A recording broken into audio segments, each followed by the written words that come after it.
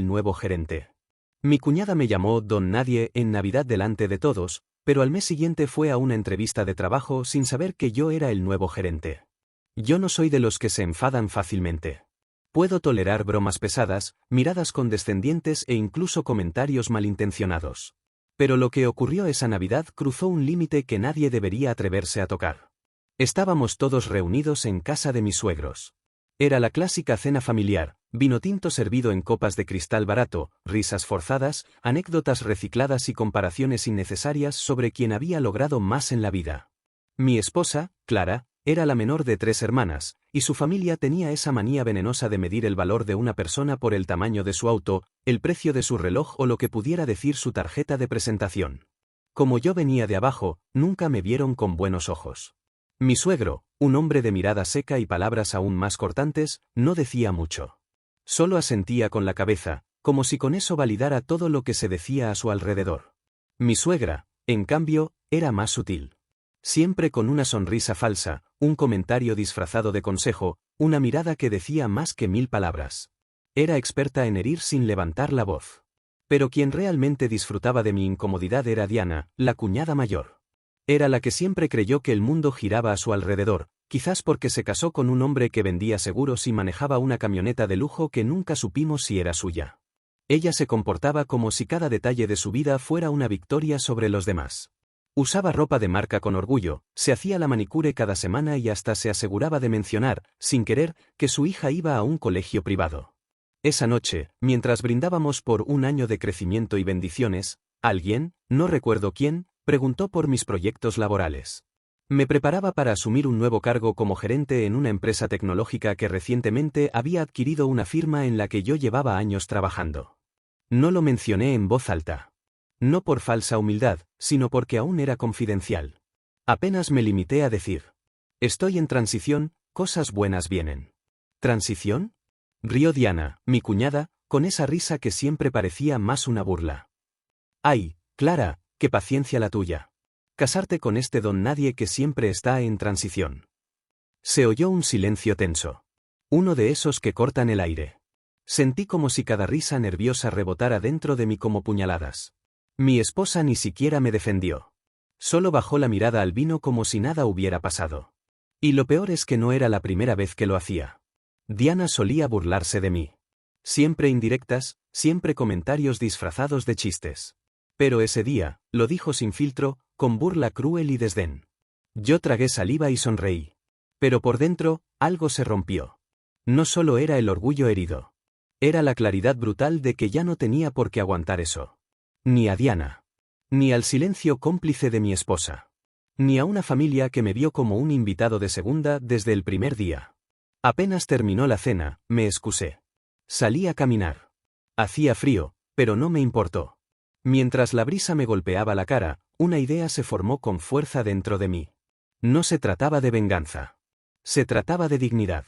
Se trataba de demostrar, sobre todo a mí mismo, que ya era hora de actuar. Volví a casa tarde, cuando Clara ya dormía. Ella nunca fue de quedarse despierta hasta tarde, menos después de una cena como esa. Yo, en cambio, no tenía sueño. Tenía demasiadas cosas dando vueltas en la cabeza. Me senté frente a la computadora y terminé de revisar los documentos que me faltaban para asumir oficialmente el puesto. La empresa en la que trabajaba desde hacía casi 7 años acababa de ser absorbida por una firma más grande. Y yo, quien conocía el proceso desde adentro, quien había ayudado a construir desde cero los sistemas operativos que ahora estaban en auge, fui promovido para dirigir la nueva división. Gerente general. Mi salario se triplicó. Tenía voz directa con los inversionistas. Por primera vez, estaba del otro lado de la mesa. Mientras leía los correos de confirmación, no pude evitar reírme en voz baja. No de alegría, ni de victoria. Más bien de ironía.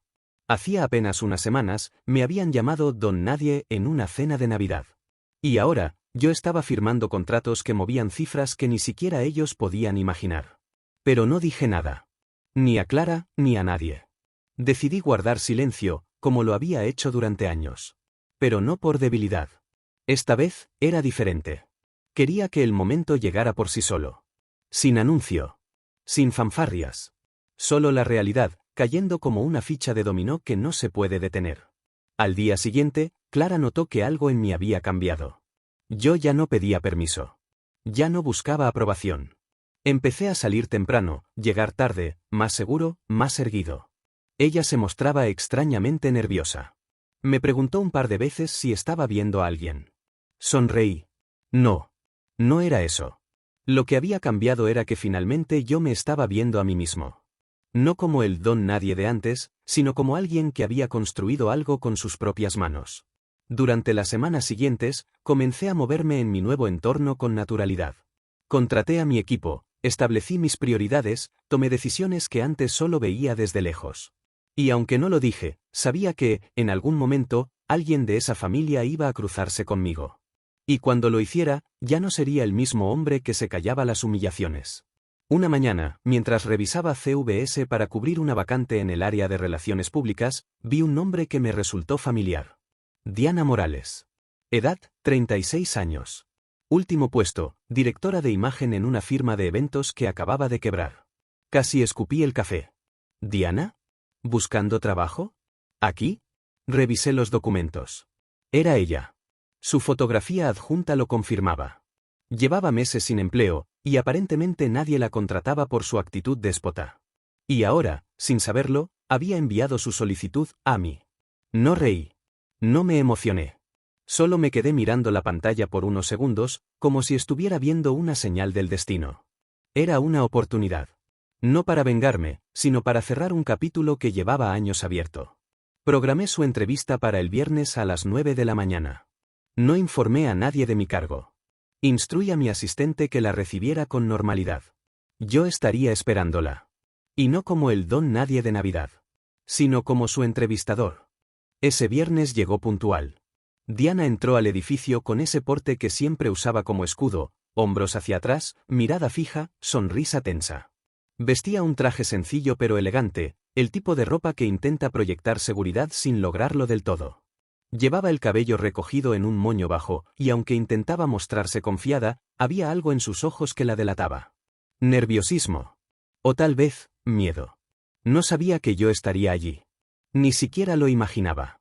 La recibió mi asistente, quien le indicó que pasara a la sala de entrevistas. Yo ya estaba allí, sentado, con el portafolio abierto, revisando su hoja de vida por última vez antes de que entrara. Cuando nuestros ojos se cruzaron, su rostro palideció. Literalmente. Pude ver cómo tragaba saliva. Quiso fingir sorpresa cordial, pero no pudo evitarlo. ¿Tú, trabajas aquí? Más que eso. Le extendí la mano con una sonrisa medida. Bienvenida, Diana. Yo seré quien lleve a cabo la entrevista. Un silencio incómodo llenó la sala. Se sentó lentamente, sin poder sostenerme la mirada. Bueno, esto, no lo sabía. Imaginé que no. Hice una pausa larga. ¿Estás lista para empezar? La entrevista fue formal. Cortés. Pero con cada pregunta, la ponía frente a su propia soberbia. Le pedí que hablara de su trabajo en equipo. De su trato con subordinados. De cómo enfrentaba las críticas. La observaba tambalearse con cada respuesta, intentando sonar empática, humilde, flexible. Todo lo que nunca fue conmigo. ¿Alguna vez ha tenido que disculparse con un superior por una actitud inapropiada? Le pregunté en un momento. Se quedó callada unos segundos. Luego, bajó la mirada. No, respondió. Pero si tuviera que hacerlo, lo haría. La miré. No dije nada. Ella sabía a qué me refería. Perdón, Julián, dijo al fin. De verdad. No fue una disculpa teatral. Ni una excusa. Fue una admisión silenciosa de que sabía lo que había hecho. Que entendía que se había equivocado.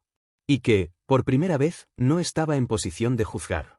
Gracias por venir, Diana, dije cerrando el expediente. Ya nos comunicaremos contigo. Ella asintió, se levantó y salió sin decir más. No hubo despedidas falsas. No hubo promesas. Solo el eco de un momento que, para ella, fue una lección. Y para mí, un cierre.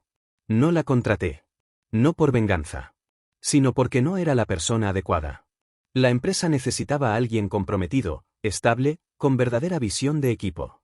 Y sinceramente, no confiaba en ella para eso. No me costó tomar la decisión. Fue clara. Diana no había cambiado de verdad. Solo estaba asustada. Y eso no es una base sólida para construir un equipo. Le pedí a mi asistente que le enviara una respuesta estándar, sin detalles personales. No quería que se sintiera atacada. Solo quería que entendiera que, en ese espacio, no mandaba su apellido ni su actitud, sino su capacidad real. Días después, Clara me preguntó si sabía algo de su hermana. Le habían contado que fue rechazada en una entrevista por un tipo arrogante que la humilló. ¿Tú sabes algo?, preguntó, con los ojos fijos en mí. La miré. Recordé todas las veces que se quedó callada cuando me insultaron. Las veces que prefirió a su familia antes que a su esposo. Y entendí que también había una cuenta pendiente allí. Sí, dije finalmente. Yo era ese tipo arrogante. No dijo nada. Pero su rostro lo dijo todo. Sabía que algo en nuestra relación había cambiado. Y que esta vez, yo no estaba dispuesto a fingir más. No hubo gritos. Ni acusaciones. Solo silencio. Un silencio que no era de incomodidad, sino de comprensión. Ella sabía que esto venía. Que tarde o temprano tendríamos esta conversación. Solo no imaginó que sería yo quien la llevara. ¿Por qué no me dijiste que eras gerente?, preguntó al fin. Porque no quería que lo supieras por orgullo, respondí. Quería que lo descubrieras por tus propios ojos. Porque hasta ahora, no me veías. Solo veías al cuñado incómodo, al suegro que no ganaba lo suficiente, al hombre que no encajaba en tu mundo. Nunca viste lo que estaba construyendo. Ni siquiera cuando te lo mostré. Ella bajó la mirada. No tenía excusa. Solo una verdad incómoda: había estado tan ocupada protegiendo a su familia, que nunca defendió a su esposo. No te enojes conmigo, dijo en voz baja. Solo, no sabía cómo actuar. No te pido que te enojes, le dije. Solo que empieces a verme. De verdad. Esa noche, dormimos en camas separadas. No por pelea. Sino por necesidad. Necesitábamos espacio. Ella para entender que no podía seguir viviendo entre dos mundos. Yo para aceptar que, a veces, el amor no es suficiente si no hay respeto. El tiempo pasó. No de inmediato, ni sin dolor, pero sí con esa calma que solo el paso de los días puede dar. Diana siguió buscando trabajo. Y según supe, con poco éxito. Su reputación, esa que ella misma construyó a base de desprecios, fue su condena. Algunos dirían que fue karma. Yo prefiero verlo como una consecuencia natural. Como tratamos a los demás termina definiendo cómo nos tratan a nosotros. Clara y yo terminamos separándonos poco después. No hubo gritos, ni traiciones. Solo la verdad. Dos personas que ya no se reconocían. Y que nunca debieron haberse casado. Al principio fue difícil. No por el amor que perdí, sino por la ilusión que se rompió. Por todos esos años creyendo que, con paciencia y esfuerzo, podía construir una vida junto a alguien que no me veía como yo me veía a mí mismo. Pero, con el tiempo, entendí que no era un fracaso. Era una lección. Una que me enseñó a no conformarme con afecto a medias. Yo seguí creciendo. No solo en mi empresa, sino como persona. Me mudé a otra ciudad, tomé un curso de liderazgo, viajé solo por primera vez. Aprendí a disfrutar de mi propia compañía. A no justificar mi valor con títulos ni logros. A simplemente ser. Y cada Navidad, cuando el frío regresa, no puedo evitar recordar aquella noche en la que me llamaron Don Nadie. Porque fue allí, en medio de la humillación, donde descubrí quién era realmente. No soy un hombre vengativo. Ni necesito que nadie reconozca lo que logré. Porque no lo hice para demostrarle algo a los demás. Lo hice por mí. Para no volver a sentirme invisible. Para no dejar que una palabra, un comentario o una mirada decidieran quién soy. Y lo mejor de todo, es que no tuve que levantar la voz, ni cobrar venganza. Solo tuve que esperar. Y dejar que el tiempo, y mis actos, hablaran por mí.